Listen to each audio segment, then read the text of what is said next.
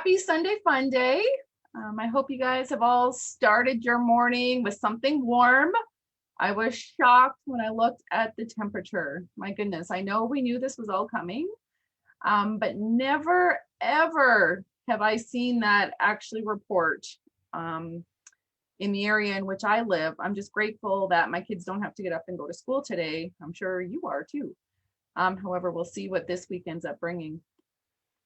So I hope you're looking forward to seeing some fun projects using the classic ink pad. So it's something that I just wanted to highlight for you guys.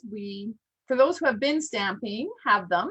Some of us have received, maybe little ink spots as gifts and maybe used them once or twice, tossed them in your drawer and kind of forgot about them. Or maybe you're new to stamping altogether. And these will be some really great tips as to where to start to shop with your ink pads. And how to properly store all those little tips and tricks. So I'm going to flip us over so you can see my screen. There we go. So I'm just going to show you some inks. So good morning. If you've stopped in, please make sure you say hello. Let me know where you're from. If you know the temperature out there, let me know that too, because it's cold. I thought it was a little crazy when I kind of went out of city limits yesterday and it was minus 35. Again, something I've never seen on my car temperature gauge. So this morning when I woke up and I saw minus 36 in the city, I just kind of choked because this is just ridiculously cold. As such, I thought it was appropriate to have the little frost grid paper. If this is something you want to pick up, let me know. It's actually double-sided. It's trees on the other side. So perfect for frost, winter, to kind of get in the spirit. The best part is too, you can take these to the supply shop and get them laminated. I do that usually all the time with each of the new ones that come. But just to prevent a mess while I'm working with you here, I'm using the paper version. So again, we're talking inks and I'm going to talk about the classic ink, which comes in colors and all the different families. And this is a great way to see it here with the Stampin' Right markers. So these markers not only are journaling pens, but they have brushes on the end that you can use for all sorts of art projects, but they're also great for inking your stamps. And so as we talk about projects for inking your cards, this is a great tool to have in your toolbox. And then we've got the Stampin' Spots. They're these lovelies. They come in this collection and there's 8 of them. Plus, if you're a Paper Pumpkin subscriber, you also get one or two spots depending on the project in your kit. So that's a great way to start collecting them. I just store them in a plastic case, the old wood cases. So you might have one of those lying around. If not, I'm sure you can find that somewhere.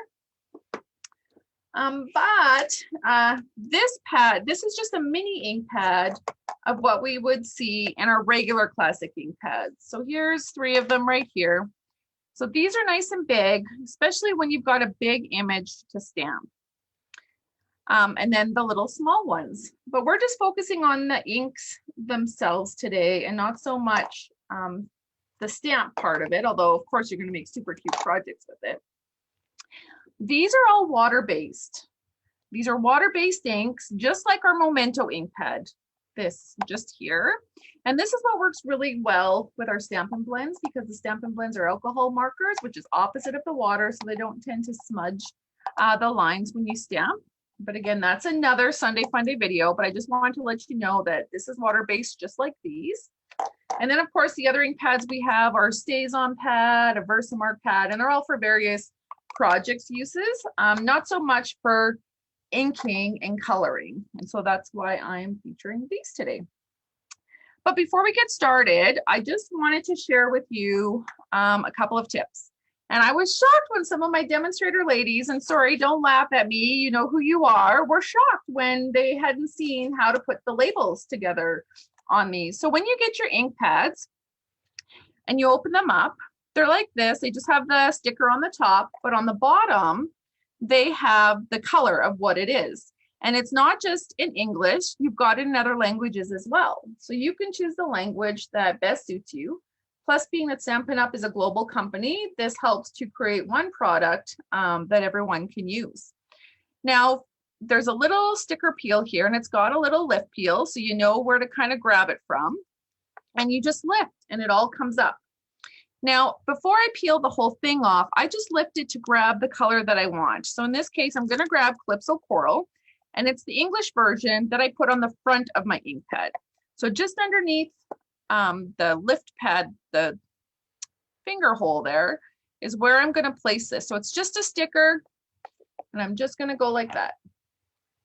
But because of a second language that my kids have learned, I very much enjoy putting the German version on the back. And this just helps to kind of keep that language going.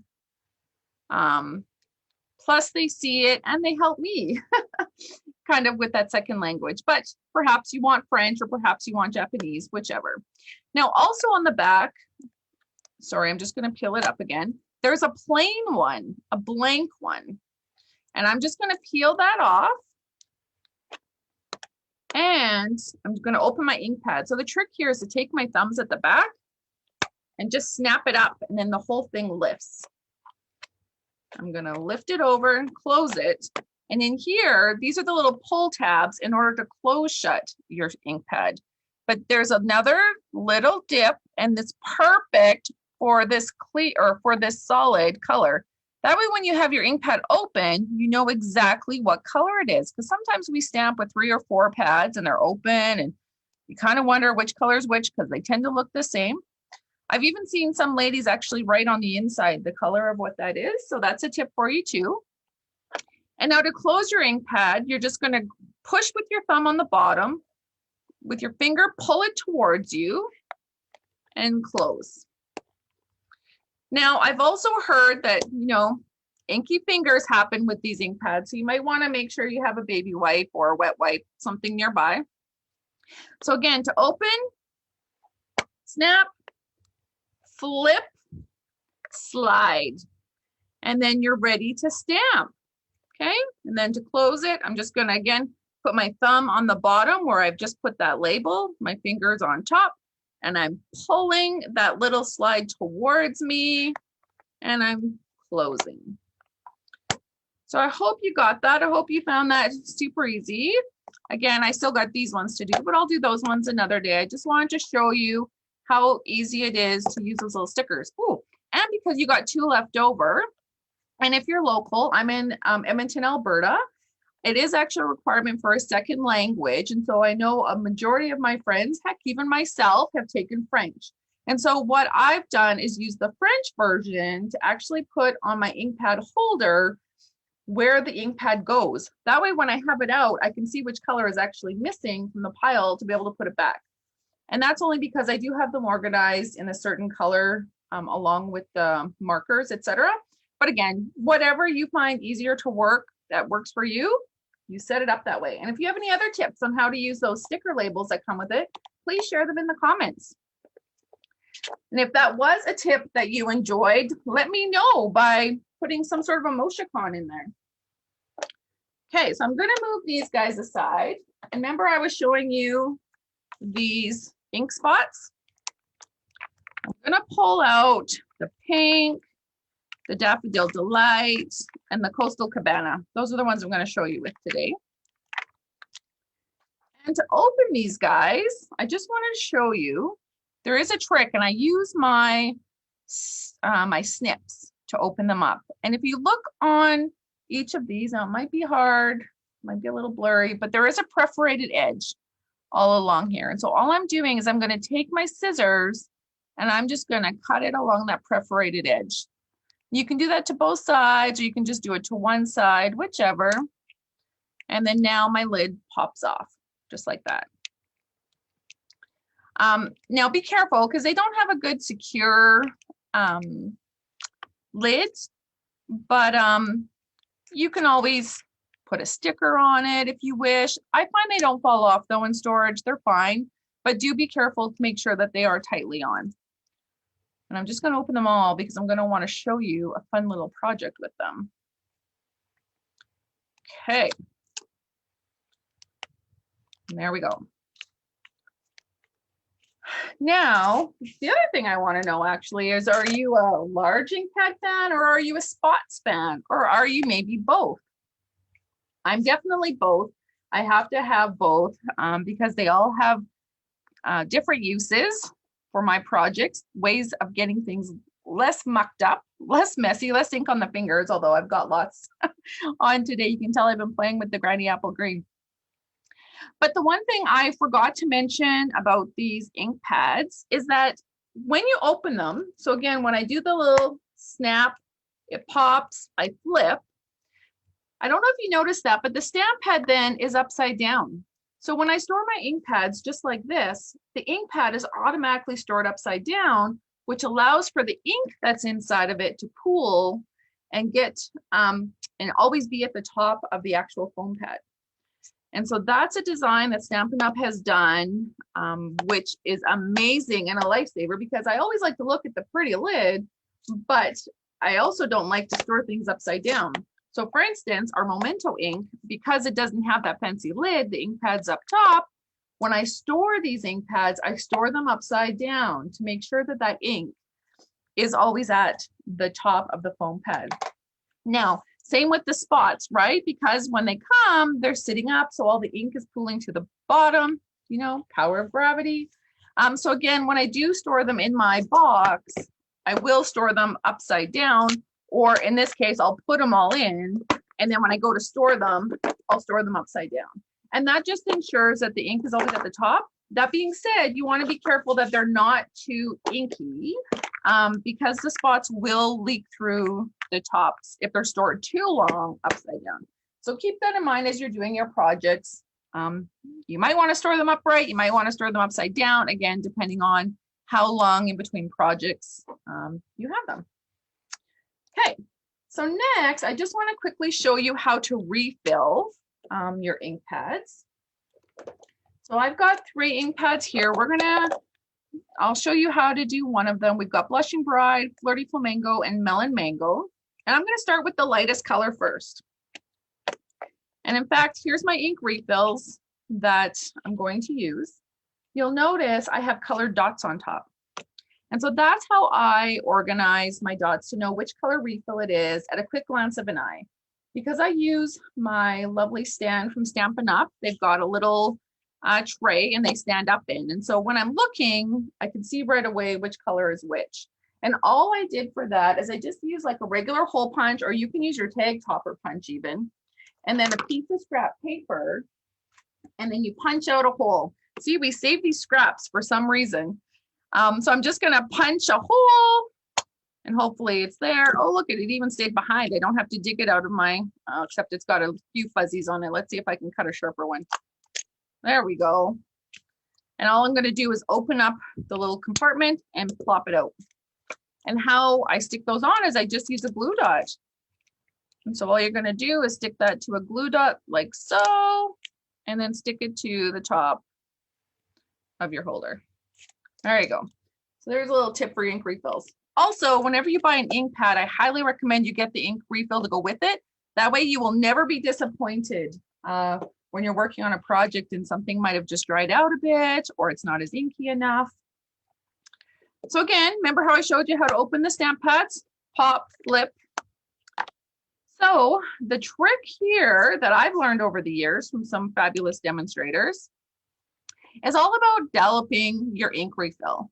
So what you're going to do is just dollop some circles. And I'm going to, I think, depending, this is pretty big. So I'm going to do 3 large circles, kind of all the way across. And that's just going to help me evenly spread the ink apart. Now, again, depending on how dry yours are, you might need more ink. But as you can see, that soaked in pretty darn quick. What I'm going to use now, the idea is we should be spreading this. You can use a plastic spoon or something, but I've got these palette knives that are for the etching cream or the cream that we have for our projects. So I'm just going to use the spatula, but I want to make sure I'm using the edge that's a little rounded. So there's 2 edges, one that's kind of a scraper to help scrape the cream off, and then there's the softer edge. So I'm just going to use the softer edge to kind of move things around. And all I'm going to do is just spread it around like this. So you can still see those dots in there. Yeah, and you just want to be careful because these foam pads, they are like mine are starting to rip. I have had to replace a few of them just because I like to use my ink pads for coloring. And then you could just wipe your ink on a wet wipe, but I actually use it on another piece of paper because believe it or not, they make super fun backgrounds. Now, because I've started light and I'm now going into a darker shade. So this is my Flirty Flamingo, same thing. I've kind of wiped off all the ink off that spatula. Look, I'm getting a little messy. Didn't have to be as, there we go. It also depends how fast it comes out of your bottle because I'm noticing sometimes the nozzle is a little bit different on all of them. And so that's going to depend too on how big your circles are, your little dollops. But then you're just going to spread like this. And once you've got it spread around the way you like it, again, I'm just going to take that spatula and I'm going to just wipe it on here. I'm going to do one more. There's a whole purpose for this. Not only to ink my ink pads, but I do want to show you something. So again, dollop. Now, if you've got the old Stampin' Up pads, they were very strong and you could like just use the head of your ink refill to soak these in, but these pads are a little more sensitive. They're also nicer to stamp with. So that's why we want to use the spreader instead.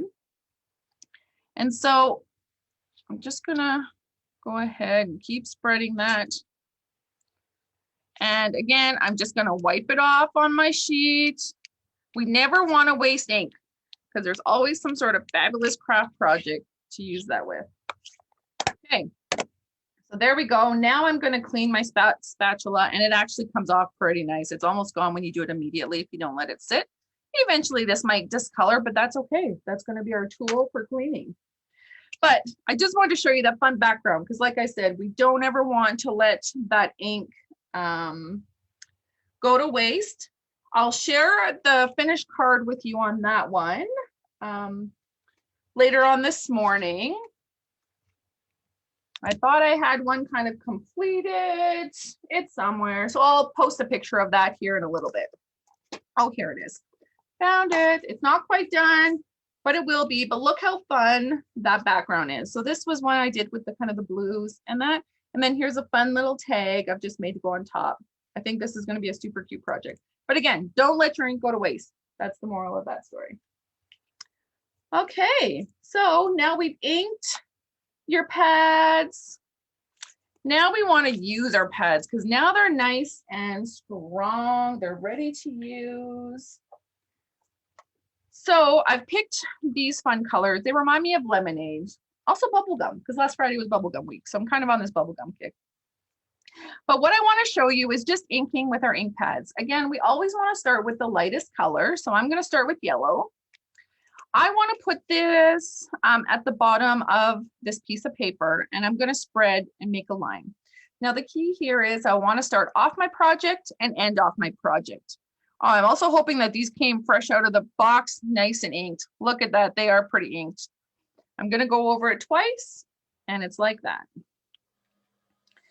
Now I'm going to use my Flirty Flamingo. I'm going to do the same thing. Oh, this one might be able to use a little bit more ink, but I'm just going to flag it like that. And then we're going to use Coastal Cabana. My favorite color. There we go. It's a little dark, but it'll lighten up as it dries. But isn't that fun? So all you're doing is coloring, making a background using your ink spots. So let me show you a finished card that I've made with that. Here it is right here. So all I did is use that as a background, took another piece of Whisper White, cut a frame out of it, and now that's a lovely card. And I'm focused on the white, but I know some of you guys are really into color and bold, and that's good. Because what you could do to kind of brighten this up again, using your spots, is coloring the ribbon. So although I've got white ribbon, you can use your ink spot and an acrylic block in order to get the color that you want. So here's a ribbon. I'm just going to give it a cut, put it in half. There we go there, just like this. And all you're going to do is just set it on your block. Again, use your spot. And this is where it's nice to use a little block instead of your big pad, because you're not wasting as much ink. You're only wasting the ink that's kind of on this little spot. So all I'm going to do is just push that down, hold it on the block, and I'm just going to spread that, pull that piece of twine through just like this. Super cute, hey? And then you've got a lovely purple, dyed purple twine now to go with your project. So again, if you wanted to brighten that up a bit, you could easily color your ribbon to make that happen. Okay, I hope you like that one. Now, here's another card that I made with that. So same thing, what I ended up doing is cutting the strips and then just using the banner punch and our more than stamp set. In this case, it's coffee. Today's plan is to consume coffee, and I'm pretty sure tomorrow will be too. And this is actually my reminder about my mug for the day, because I do love it when you guys try and guess. If you haven't caught it yet, I've been sharing a margarita a day countdown to February 22nd, which is actually Margarita Day. So be sure to catch it on Just for the Love of Stamping, as well as on Instagram. The recipes, though, themselves will be on the Facebook page and then also posted to Pinterest. So be sure to catch that. So the mug today that I'm using is definitely related to Happy Heart Month. So take a guess. This is about me sharing what I love to all of you guys. And you know what? It can be intense because there's so much that I love and I just want to share it all with you. That's the reason for the margaritas, the stamping, the cards, and my mugs. So much more. But anyways, it's a 2-word mug and it actually has a red inside. So it's super cute. And I'm glad to start being able to use some of my Valentine themed mugs for y'all. Okay. So next now that we've stamped with our spots, we're going to do the exact same thing, but with our big ink pads, just so I can show you the difference. So again, punching open, flipping, and closing tight. Now the key here is you want to make sure that the lip opening is actually facing you when you go to do this, because we're going to actually pull the ink pad and we don't want the ink pad to close. So if we were to do it this way, where I'll actually be closing the ink pad when the stickiness of the pad catches the paper. So make sure that's facing towards you. Again, try and start off your page and go off your page, and you're just starting in the middle. I'm starting with the light pad and I'm just pulling across, putting some pressure. But the key here is making sure that your ink pads are fully inked before you start. And I had already done that with these ones, so we're good. I'm going to use green next because this is the next color in the lineup. I made sure to do my light one first. So I'm just going to start off my page, go over. I might overlap a bit, and that's okay because that's going to just have a little bit of an ombre effect. Now, same thing with my Bermuda Bay. Snap, flip, close. Make sure the lip's pointing towards me. And then I'm just going to hold this down and pull. Oops. Okay, and if you have to go back, make sure you go back from the end over. I didn't, and so I'm going to see that little piece there. That's okay. So isn't that fun? This is going to be super cute when it dries. I just want to show you a project that I've made using that background, but then, okay, just wait. Before I do that, I want to show you this project. Gotta kind of see the sequence of it. So here's my piece that's already dry.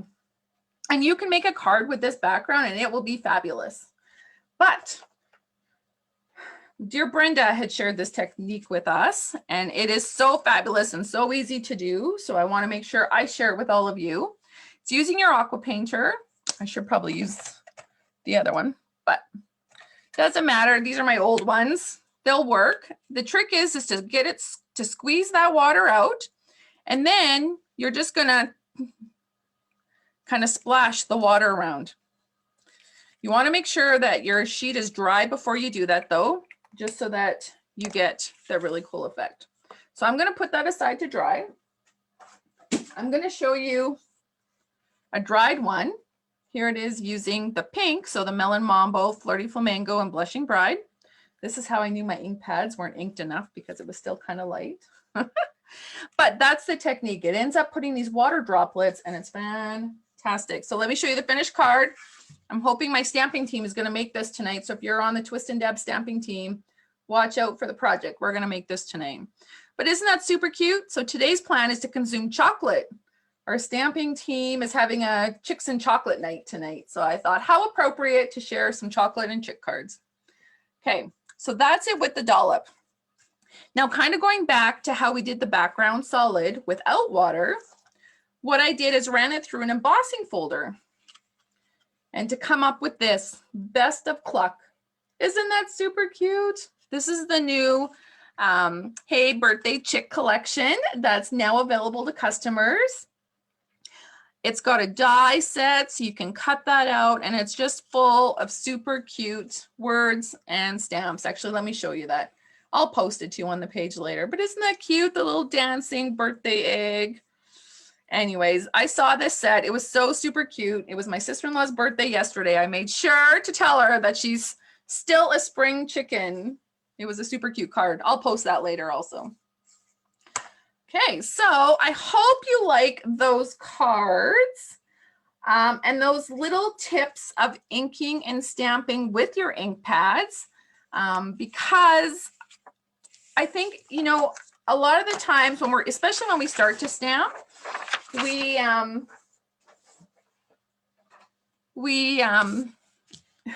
lost my thought there.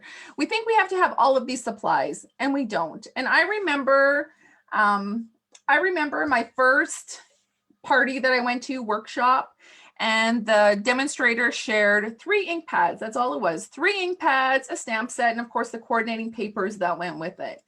And what kind of fabulous projects we can make. And honestly, that's what hooked me, was those 3 colors, that coordinating paper, and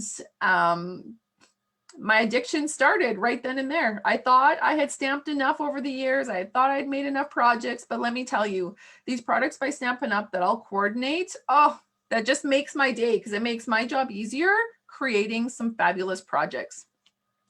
I do have a few other tips to share with you on the Facebook page, but just follow along all day. Again, usually it goes till about 5, 6 o'clock by the time I get everything up, but be sure to check back for some of the fun projects. And if you like something, please let me know, share it, like it, and we'll try and get some more samples up with it. Have a great Sunday. Thank you all for joining and have a great day. Stay warm and don't forget to guess on my mug. Take care.